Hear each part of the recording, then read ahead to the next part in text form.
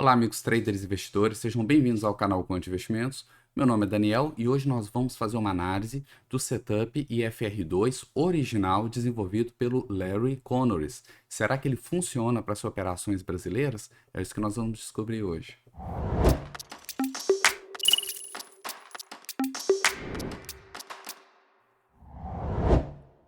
Primeiramente, gostaria de lembrar que esse vídeo ele faz parte de uma playlist onde eu apresento várias outras estratégias, todas elas muito bem detalhadas e analisadas, desde estratégias bem conhecidas até estratégias não tão conhecidas assim.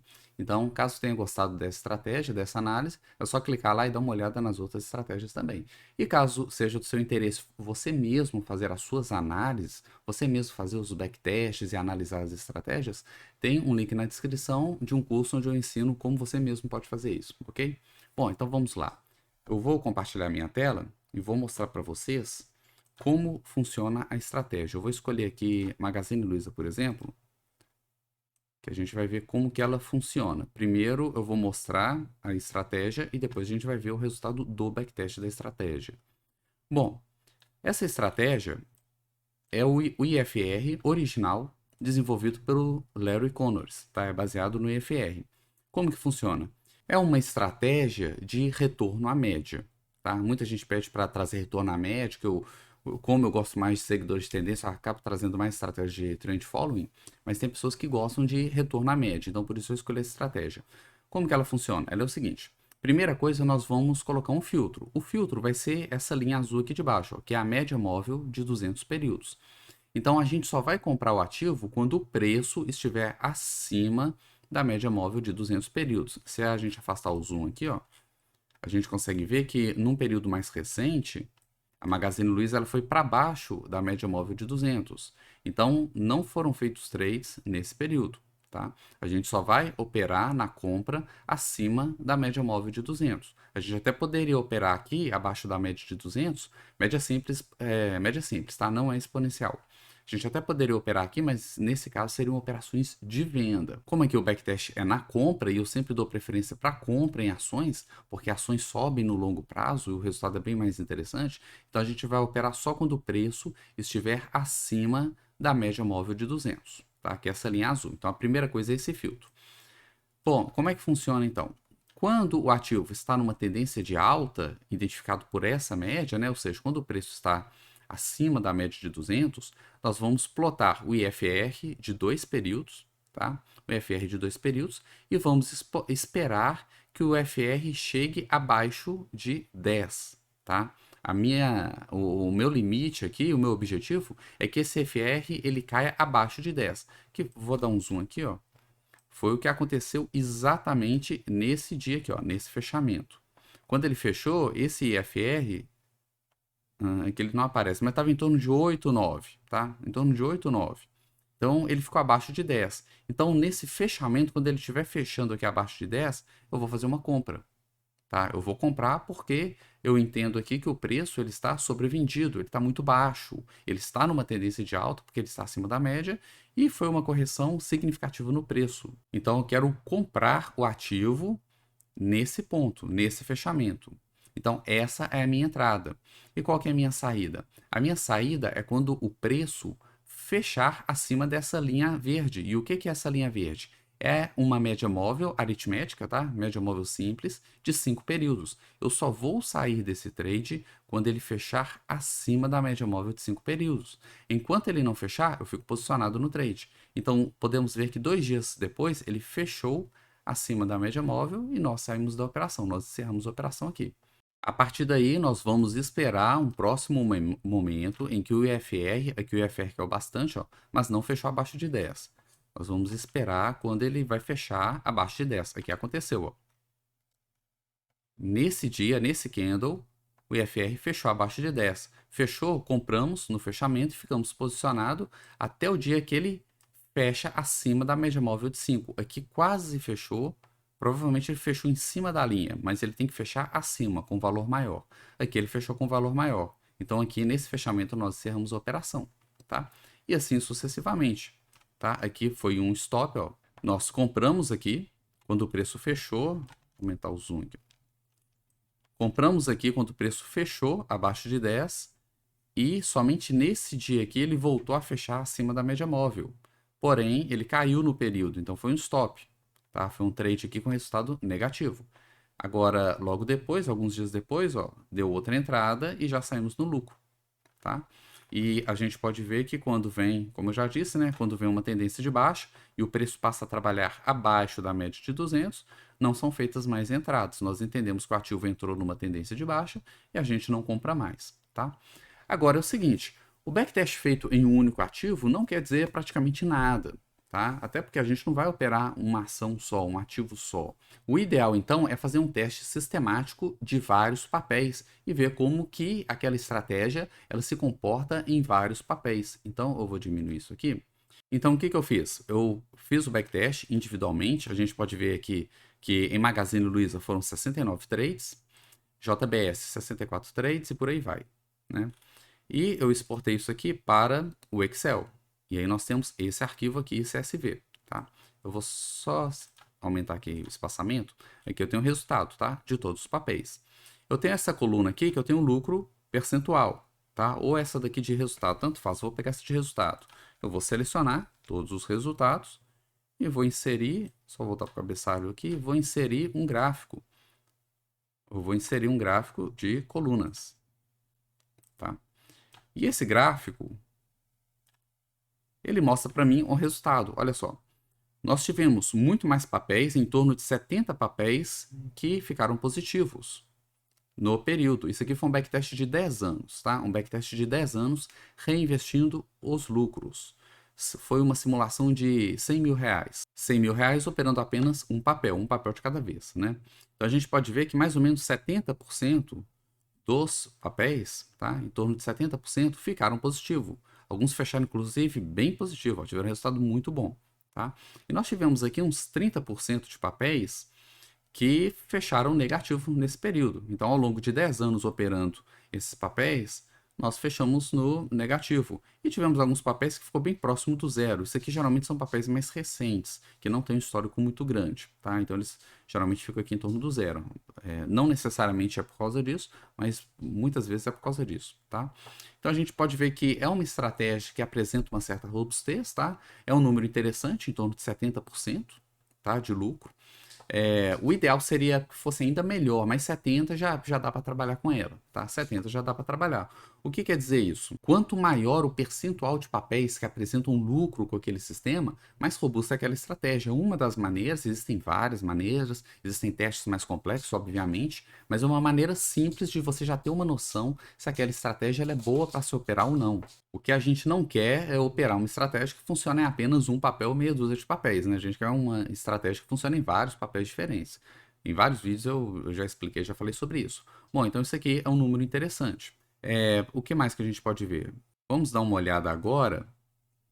A gente já olhou os papéis individualmente. Vamos dar uma olhada agora em um backtest de carteira. A gente simulando uma carteira onde a gente opera todos esses papéis aqui, que fazem parte da composição atual do IBXX, como que seria montar uma carteira de ações baseado neste setup. Então a gente tem um capital, né? Como que funciona o backtest de carteira? A gente tem um capital e a gente vai entrando ali paulatinamente com o capital à medida que os papéis vão dando sinais, tá? Nesse caso aqui eu simulei 10 anos, 100 mil reais iniciais, sempre reinvestindo os lucros, entrando com 10% do capital em cada entrada. Qualquer um desses papéis do IBXX atual que desse entrada, a gente entrava, tá? E a nossa curva de capital foi isso aqui, ó, tá? Durante 10 anos operando estes papéis, 10% do capital para cada entrada, tá?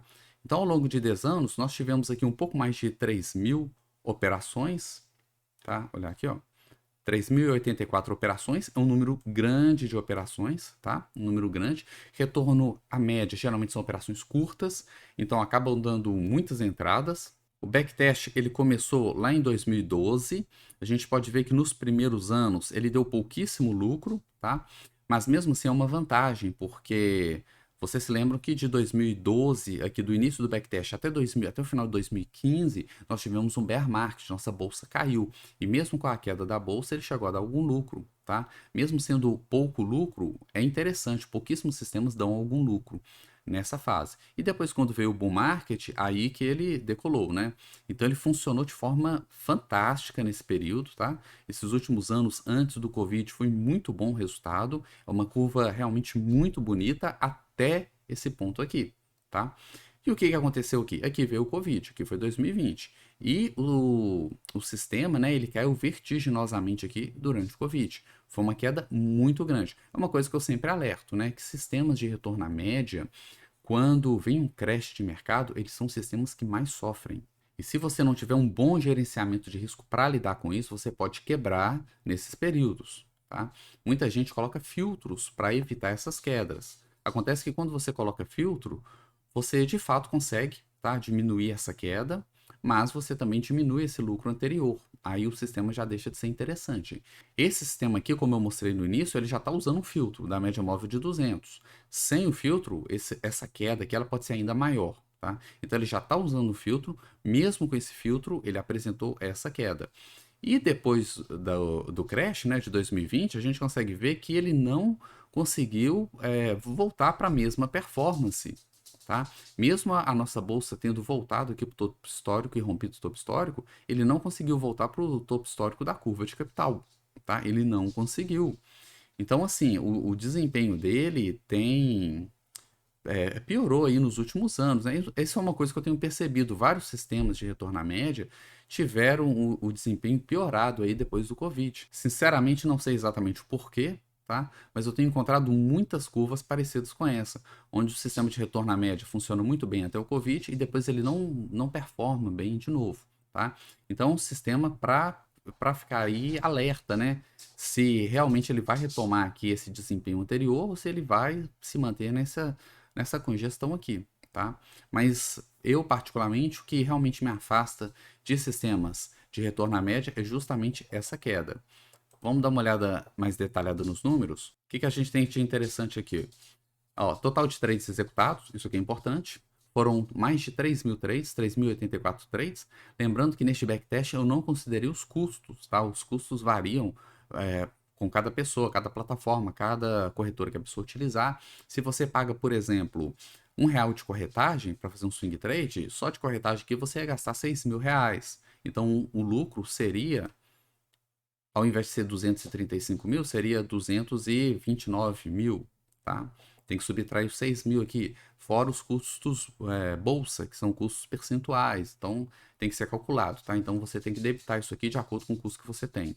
Mas é um ponto de atenção. Quanto maior o número de trades, maiores são os custos que você tem para operar.